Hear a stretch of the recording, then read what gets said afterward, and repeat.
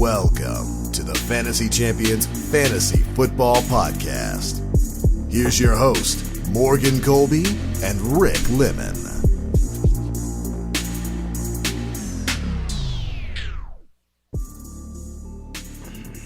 Welcome.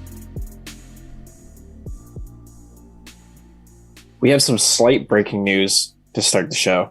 Oh, okay. Hey, I was going to say how devastated I was, but I like some breaking news. The Raiders fired GM Mike Mayock. No way! First round arm talent. And Ryan, and who was the guy who had first you know, round that's funny Ryan too, Mallett. because I don't even think he did. I mean, he was probably he's the master of the. It's weird because you say you don't think he did a bad job, and I agree with you. But then if you look back at his draft picks the last couple of years, he had so much. The Raiders had so much potential to be like a stacked roster, and they're not because they missed on so many first round picks. So many over the last like 2 or 3 years. Yeah, because they had 3 from Khalil Mack's deal. And I don't think any 3. Ruggs sucked. The corner they drafted in the first round, the same draft, top 20, is out of the league 2 years ago. Yep, he was the guy that remember the gun violence, or he was like holding the gun and was like making threats, and he like posted it, and then they cut him in the middle of the season. He wasn't even that good anyway, but well, he wasn't that great, but. And then the year before that, I want to say they drafted a player who sucked. They took Cleveland Farrell. Remember? Yeah. He was a top 5 pick, and if you remember, when they drafted him, everybody was like Todd McShay and Mel Kiper were like, "Wow, that was a shock. He was supposed to go late first round." I'm pretty sure he's like a backup. Like I don't even know if he started. God. And they took him like 4th overall. Yeah, so he's missed on some picks. I think the Raiders should just restart. I was going to say, do you think they made the playoffs? So, like... I know they made the playoffs, but, I mean, did they really ever have a shot at going anywhere? No, but when you say restart, is that like complete reset? Like trade Derek? Because there are people that feel... I think I would get a coach in there that can develop guys and... fire, obviously Mayock, which is done. Get rid of this Bisaccia guy, and then just start trading assets to get some picks. I was gonna say, because would you trade Derek Carr? Yeah, and reset like that. Yeah, I don't blame. I mean, I think that's definitely they got to go in one. They either have to go all in or all out. You know. I mean, you got Pittsburgh needs a QB, and they can still contend. Denver would take one. Honestly, trade him in division. Derek Carr is not great. Okay, I'm not saying he's great, but put him on the Steelers. I think it's an upgrade over Ben at this point in his career. Yeah, and hopefully Deontay gets targeted 172 times. Still. He would. He definitely would. Yeah. But anyway. So, interesting early breaking news. Welcome to Fantasy Champions Fantasy Football Podcast. My name is Morgan Colby. I got Rick Lemon with me as always. I looked devastated early to start the show because I know what it's like to be the Bills for the last 20 years, and all it took was one game. Yep. That was a painful... I'll say it was a painful weekend. I don't know if this is a hot take because maybe some people enjoyed the garbage that we saw this weekend, but the NFL needs to fix that Super Wild Card weekend BS because that was bad. But we haven't watched the Cardinals Rams game, and I'm going to assume that could be really good. Will be the best game of the week. But like you have the Patriots against the Bills, which was less of a competitive game than I thought it was going to be, and then you had the Bucs with the Eagles, which is just that game. Catastrophe. The score was 31-15. I think they scored all 15 points in the last 8 minutes of the game. Yeah. And then you have what was the other game? Cowboys 49ers. That wasn't bad. Decent. It wasn't bad. But then you had the other game at night, Chiefs. That was atrocious. Steelers. So just gross all around. Bad weekend. I think having the 7 play the 2 is not a great idea because the 7 played the 2 and both were obscene blowouts. So this year, yeah. But again, I said this to you before the show. Like, I'm still okay with giving it a chance because, like, if the Chargers made it this year instead of the Steelers, I think that would have been a much better game.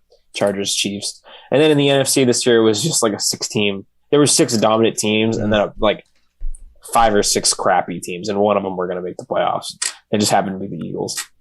It could have been like the Saints or the Falcons or like, it's just a random team. The Washington football team. Can't believe the Falcons were actually in it. The Vikings. I know.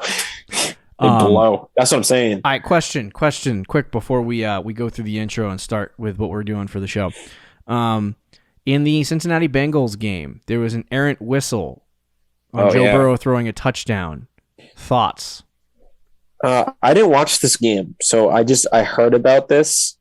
And how like Joe Burrow. I wish I could. I was working. Okay, forgive you. Yeah, exactly. So I didn't get to see what exactly happened, but from what I've heard is that the whistle blew mid play, right? Okay.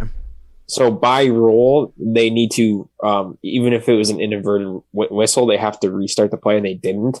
So like I get why both sides would be mad, because if they took the play back, it was obviously going to be touchdown no matter what. And they just accidentally blew a whistle.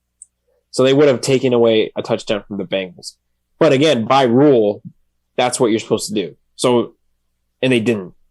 So if you were a Raiders fan. If I was a Pats fan, I probably would be pissed that they didn't call it. But like looking at this from an unbiased perspective, Raiders fans need to relax.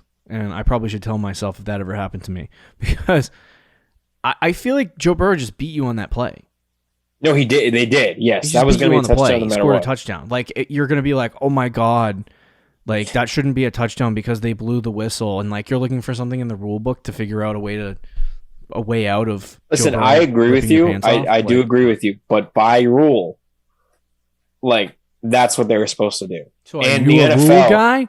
Or the NFL, no, but I'm just saying, you do gotta respect the rules. If it's a hold, if it's a hold, if it's a pass interference, it's pass interference. You know what I mean? Like if it's I just don't think. Rule, I think they should amend that rule, because they should. If a ref inadvertently blows, because the other problem is that we don't even know if they inadvertently blew the whistle, because initially they blew the whistle because they thought Joe Burrow stepped out of bounds. That was the initial start of the play. They thought Burrow stepped out of bounds, and then he threw the touchdown, and they watched the replay, and they were like, oh, he was in.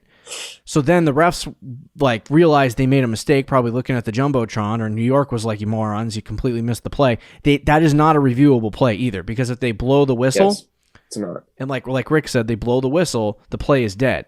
So the touchdown wouldn't have counted if they went, if they challenged it or anything like that. So essentially the problem here is that I think the ref blew the whistle because they thought Joe Burrow was out of bounds, and they made a mistake on it, and then they tried to patch the mistake by giving the NFL a touchdown, which is the right call to me. Right.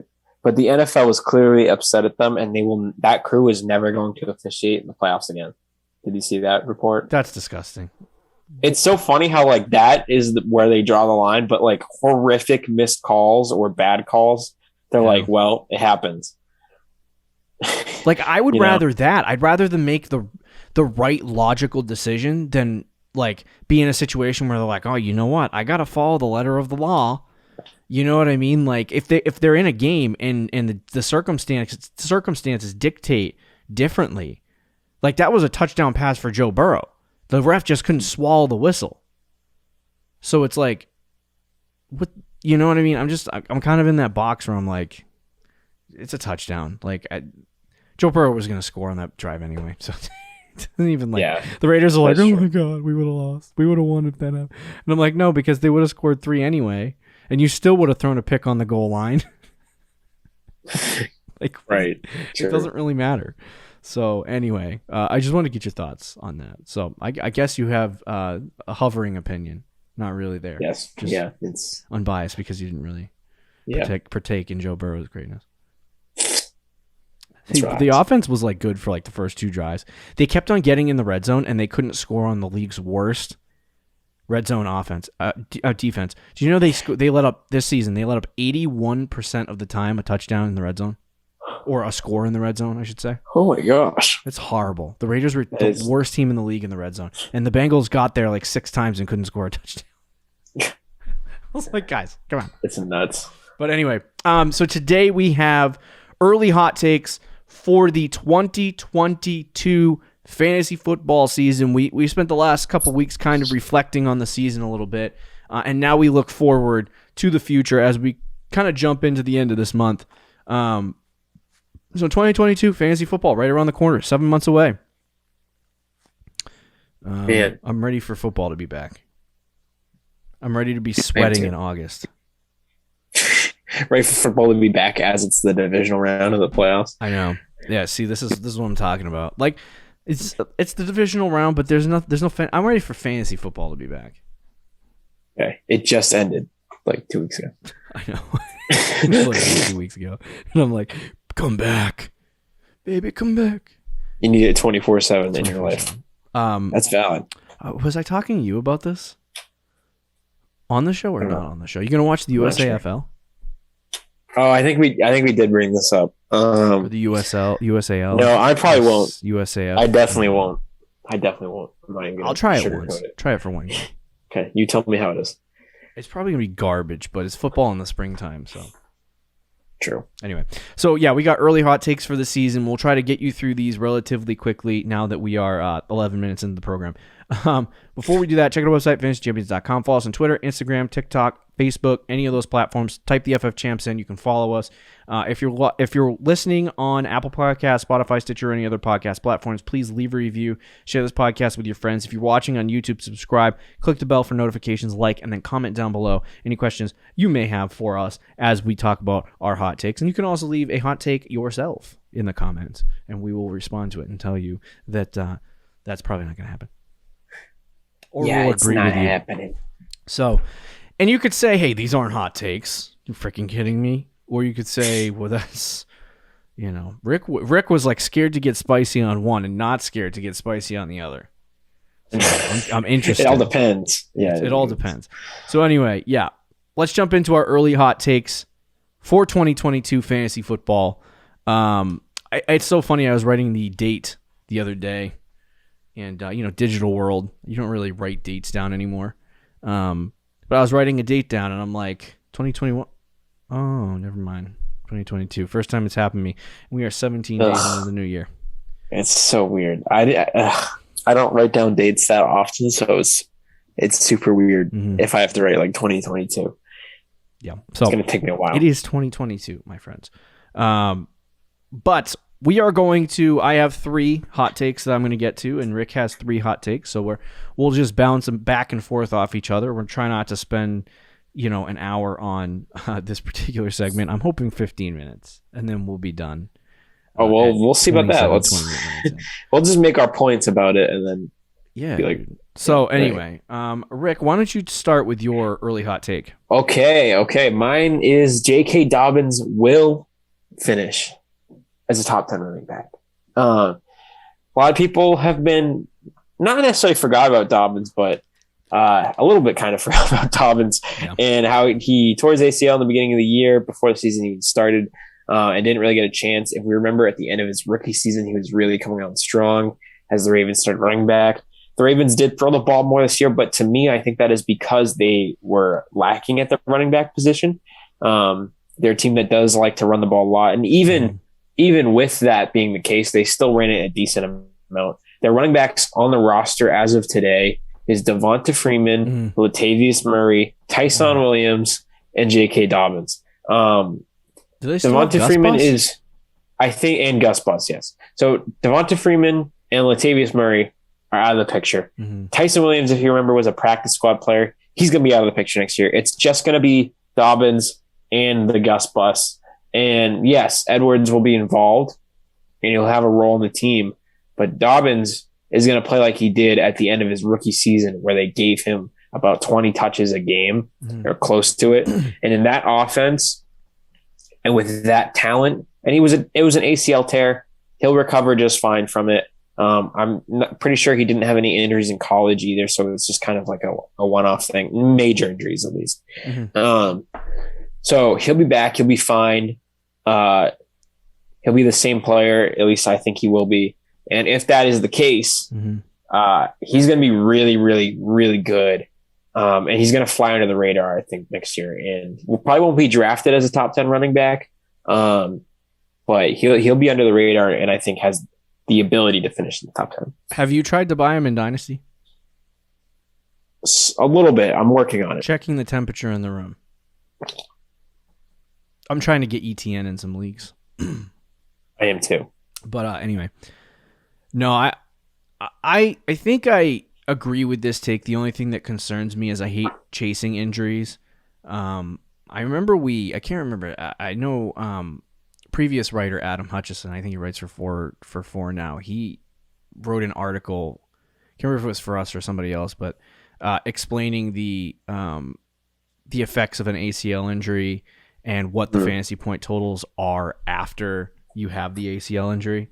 And so some players recover and are totally fine. And then some players is just a complete cluster. So yeah, it's early in his career. That's what I was going to say. So I'm not too concerned about it. And it happened in the springtime. So in the late summertime. So he's had a full season to recover. He's going to have a full off season to get himself in shape and ready to go. I think he should be fine. And like Rick said, there's no one in that backfield besides Gus Edwards kind of holding him back. So yeah, and they like to run it a lot. And if you look at the atrocity that the Ravens backfield was this year, yeah, like exactly, how bad they were rushing the ball. And Devonta Freeman did decently for fantasy, like low end RB2.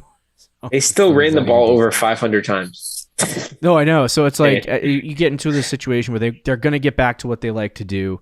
Dobbins is going to be a big part of that. And I don't like his PPR ceiling, but I think he could definitely finish top 10 next year. Yeah. All right. Here's my first one. And Rick gave me some news prior to the show that backs up this freaking point. I hope this happens because I would start sweating. Yeah. But it's Justin Fields. He's going to be a top 7 quarterback fantasy football. Hot take. 2022. There's a couple things with Fields. This rookie season was emotional for the Justin Fields truthers. He had some really good games. He had some really bad games. There were games where I remember I watched him against Green Bay. They lost the game, but he looked good. He's fantastic. And they were like first half he sucked. I remember I was like, oh God, here we go again. Rookie quarterback Justin Fields coming at you. And then he actually played well in the second half. He had some really good games this year. I think the big thing with Justin Fields is that he's fast. He's quick. He's not as like, I guess, would you say he's the equivalent rushing wise to like Jalen Hurts? Yes. I actually think he's faster. Okay. Watching him. But it's about the same. Yeah. He had 72 rushes for 420 yards this year in 10 games started, 12 games total playing. And so I think he could be right around that Josh Allen rushing total of like 700 plus yards in a full season. Yes. And that kind of production rushing wise is why I love Justin Fields for 2022. I think he'll figure out the passing part of his game because he is I think, to be honest with you, to start his career right now, just comparing him, like obviously Josh Allen's a better quarterback and some people would argue he's more talented, but I think just the starting point of where Justin Fields is, I personally would say he's probably more talented of an arm than Josh Allen was when he first started his career with Buffalo. So he has a lot to like build on. And like there's some throws that he makes, you're like, whoa. It only happens once every 4 games, but it's like, whoa. So I think that Fields will be back. He'll be great. He'll start for the team. The other thing I was going to say is Brian Daboll interviewed, or he's going to interview. Is that correct? I don't know if he already had it or he's going to. He's speaking to he's talking to the Dolphins, but he has a side chick over there in Chicago. He's talking to the Bears to go to Chicago to be their new head coach. And if that happens, that literally is. I just talked about Josh Allen. Like I feel like that's the closest comp to Justin Fields. For NFL it's a similar comp. Yeah, very similar. And the same quarterback. Like I play in this Madden league with 32 other people, and my offense is very similar to Buffalo. I literally use the Buffalo playbook, and I have two at quarterback, can't throw. Oh, I using the Buffalo 88, 89 throw power. And can't run as fast as Fields. And then I get that offense with Justin Fields, and I torch people. Now, Madden's not like that in real life. Real life. Or will it? But Brian Daboll, the system in Buffalo is perfect for Justin Fields, and I think Brian Daboll going to Chicago, implementing that kind of system for Justin Fields is going to be fantastic for that kid. So I'm even more bullish than top 7 internally. But I'm going to put top 7 on paper so I don't look like an idiot. That's fair. Because top 7 is high. There's a lot of guys that he would have to have more face points. But I could see it. They would have to, a lot of things would have to go right. I think they would. Brian Daboll, obviously, I think would be a great hire. Do you think he has the talent? A-Rob would stay if they got Daboll? I don't know. I think A-Rob's as good as gone, to be honest. But if he's gone, they kind of just opens up cap space to replace him, or they could draft another wide receiver to go with Mooney. But they have a young, like Mooney's still young. Cole Kmet is young. Fields is like, these guys have a lot of potential. And they'll have some cap space to work with this year. And Fields, I will say, of all the rookie quarterbacks, I think had the most wow moments.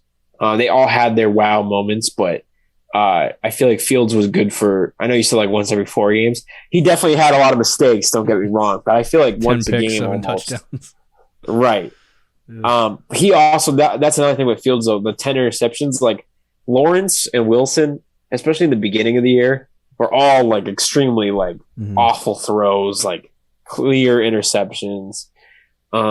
Fields didn't have many of them. Like a lot of those were like tip passes and like through his receiver's hands.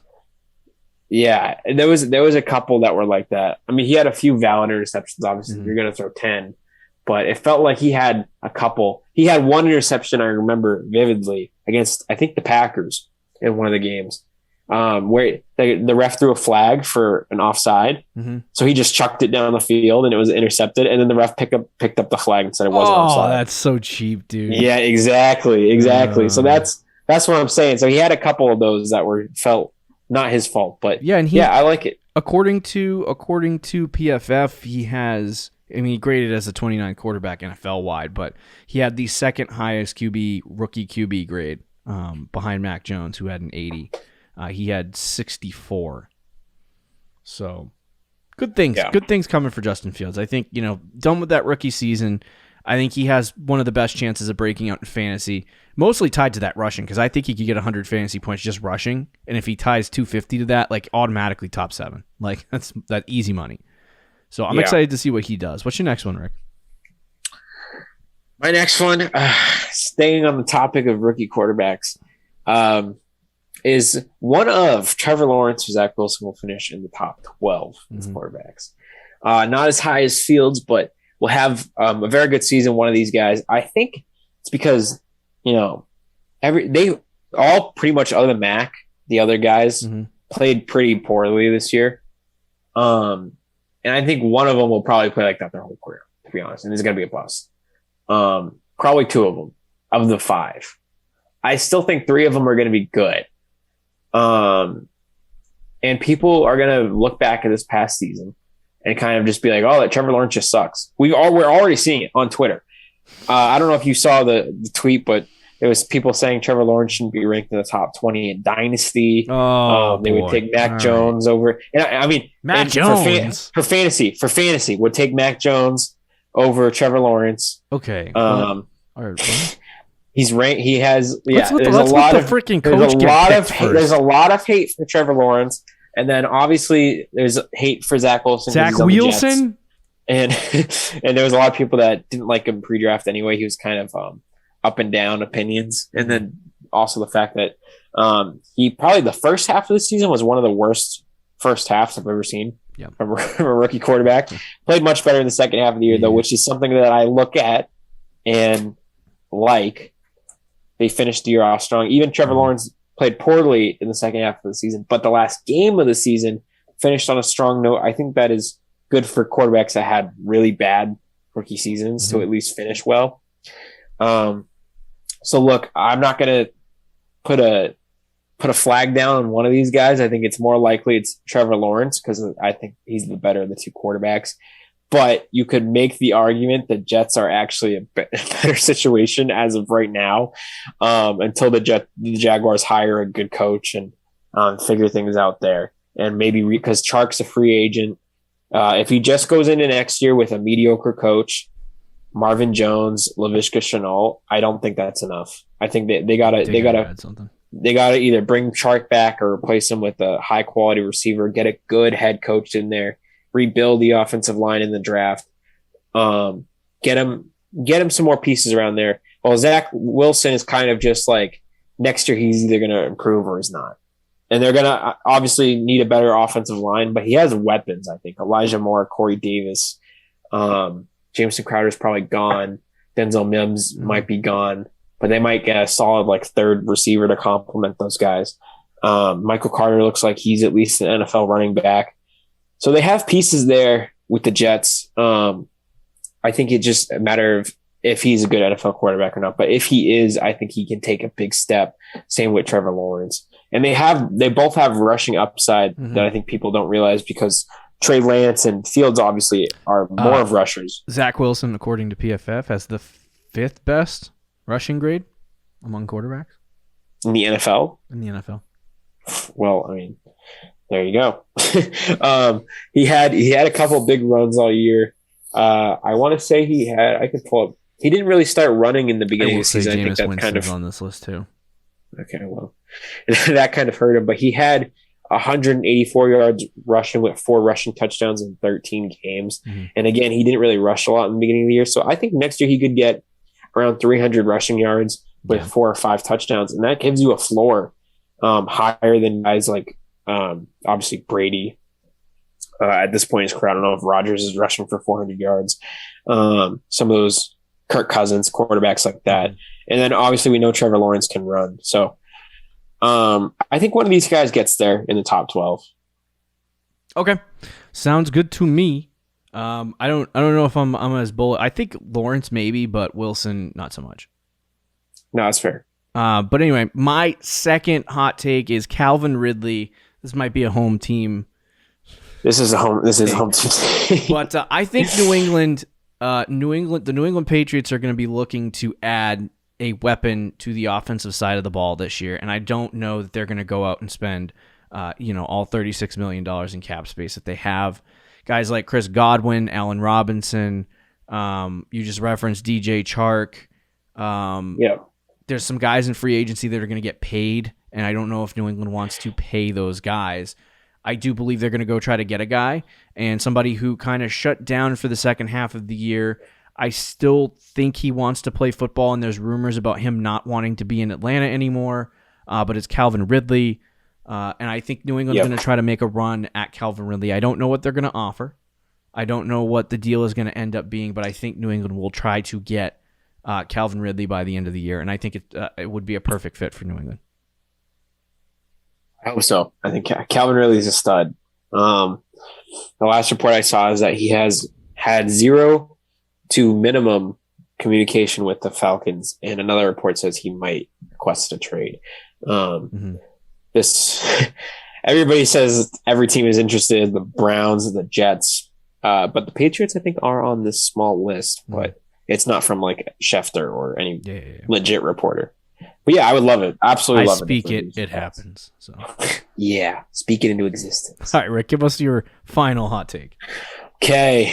This one is probably the one that I would get the most hate for. That's Travis Kelce. The question is, do you rank him like this? That's the question. Will not finish in the top 3 of tight ends in 2022. Okay, he's finished in the top 2 every year for the last 6 years. So this would really, really bring an end to that happening. And the reason I say this, okay, we'll start off with the emergence of some tight ends. We've seen Dawson Knox, Mark Andrews, TJ Hawkinson. Breakout just game three. for Dawson Knox against New England. Dalton Schultz. There's a lot of good tight ends over this year that has emerged, and they're young. Okay, George Kittle is still there.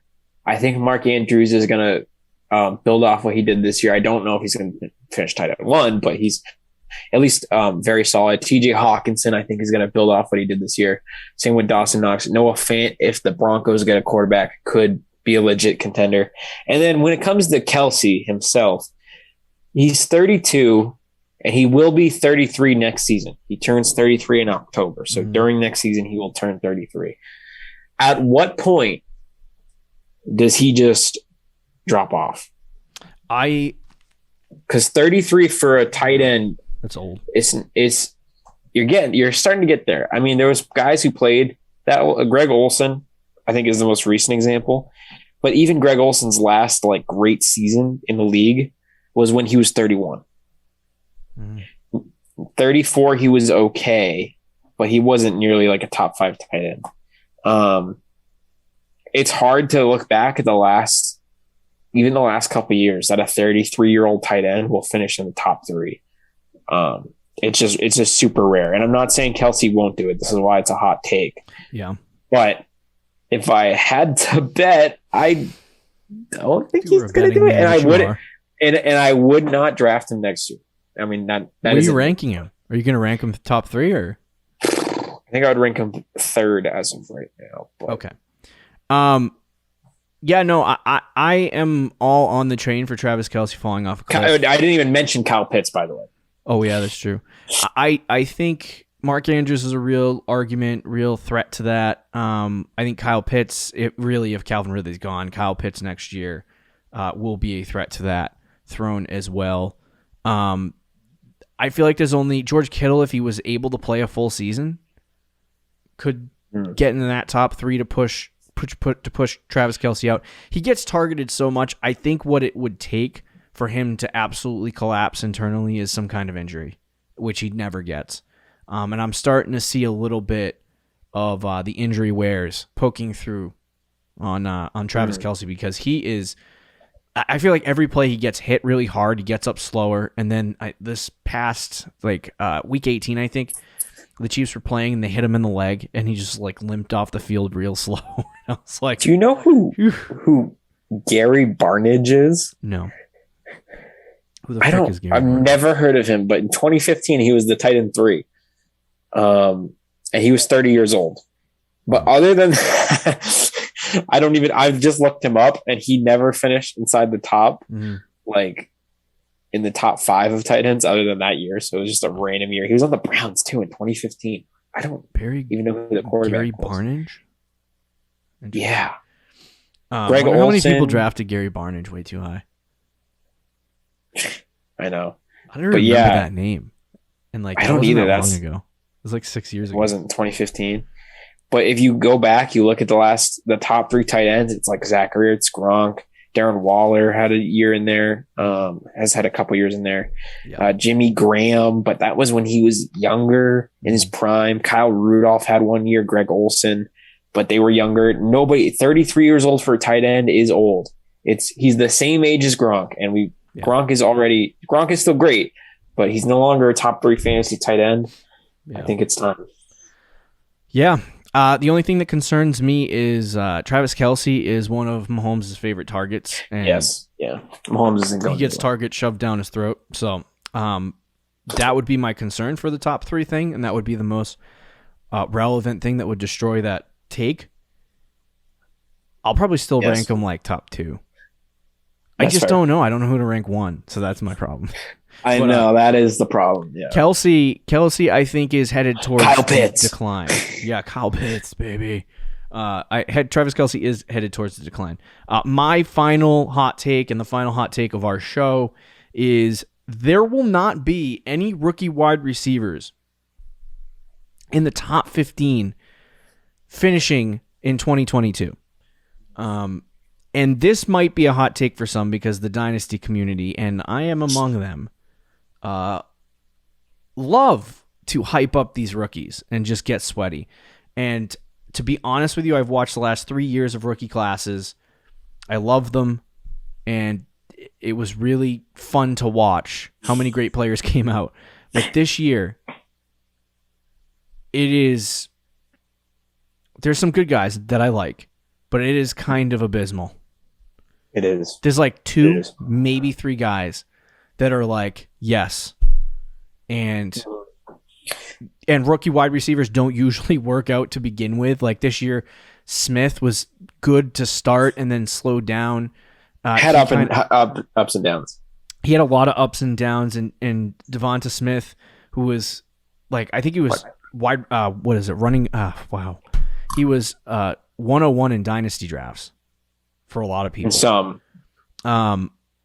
And he had 185 fantasy points this year through 17 games. Finished as wide receiver 30 in PPR. That's kind of what you would expect from a rookie. He had a good rookie season. He did have a good rookie season, but that's what a rookie season looks like. And you see the rookies this year that finished, obviously Jamar Chase finished in the top 5. Jalen Waddle finished 13. So we had 2 rookie wide receivers finish in the top 15 of fantasy football just this past year. And then the previous year you had Justin Jefferson and I believe one other guy, I can't remember his name, finish in that top 15. This year, though, I think you're going to end up with, like 3 years ago, Terry McLaurin was the best rookie wide receiver, and he finished as wide receiver 18. Yeah. So I think you're going to have a very similar year to that. And I pulled up the PFF big board for the 2022 NFL draft here. And the first wide receiver that appears on this list happens to be at... it's PFF ranked 10, Garrett Wilson from the Ohio Buckeyes. 10th best player. Say it again? 10th best player? 10th best player in the draft. Really? Garrett Wilson? Not even Chris Olave? No. So, okay, interesting. This guy was out of 1,000 receivers. He was 30th in the PFF grade. But you keep scrolling down, another wide receiver, Drake London. That is in the top 15, and then Jamison Williams, top 17. So, like, those guys, and then Chris Olave, wide receiver, PFF ranked 20. And so, like, I think there's 4 guys, maybe, that will go in the first 2 rounds, and I don't think that this draft class is going to be all that exciting at the wide receiver position anyway. So, I have a feeling that these guys are going to get drafted by teams that already have talent, because what normally happens with the rookie wide receivers, not to go on a tangent, when you draft a rookie wide receiver to a football team like Cincinnati, they automatically become the number 1 receiver. Right? Yeah. Devonta Smith to the Eagles, automatically number 1 wide receiver. Jalen Waddle to Miami, automatically number 1 wide receiver. Or 2 behind Devontae Parker, who sucks. But kind of emerged as number 1. Though. He emerged as the number 1. But those guys had a shot at getting like big target shares early, all of that stuff. And it's because they were on a team that had no receivers. Amon-Ra St. Brown, towards the end of the season, started getting targeted a lot because there's legit no one there in Detroit. He was like a 4th round pick. But anyway, I think what you're looking at for the wide receiver position is that as you get later in that first round, if the receivers start falling back and they don't get drafted in the top 12, top 15, they end up on football teams that already have a lot of talent. And already have a lot of guys at the wide receiver position, and they're not going to get, the 1 or the 2 slot in the wide receiver. They get the wide receiver 3, and then they have to develop, and that's usually what happens. And guys that get drafted in that area end up being wide receiver 30, wide receiver 40, and they don't really provide too much production fantasy-wise on a week-to-week basis. So I think that's what's going to happen this year. I don't think there's going to be a wide receiver drafted in the top 10. I could be dead wrong on that. I haven't looked any mock drafts yet, so I don't think there will be. But if there, maybe top 20. If there is in the top 10, then maybe that guy ends up being really good. But then it depends on what team he goes to. Like obviously the Bengals had Joe Burrow and they ended up being really good this year, and that helped Jamar Chase. But to me, there's just no one in this class that screams. There isn't. That's what I was going to say. I don't think there's a guy in this class that is going to be a top 10 receiver in the NFL. At least you could make the argument. I don't. At some point in the future, probably. But maybe there's going to be one guy that everyone's going to try to. When you looked at last year, like you could make the argument Chase, Waddle, and Smith were all could be real legit like number one receivers in the NFL. It's harder this year for that. I don't know. Like one of the guys sure might, yeah. But I don't know. We've had consistently over the last 3 years lots of good wide guys receivers who are going to finish, who are like top 10 receivers. Mm-hmm. You know, Metcalf, AJ Brown, Justin Jefferson, CeeDee Lamb. Obviously last year with Smith, Waddle, Chase.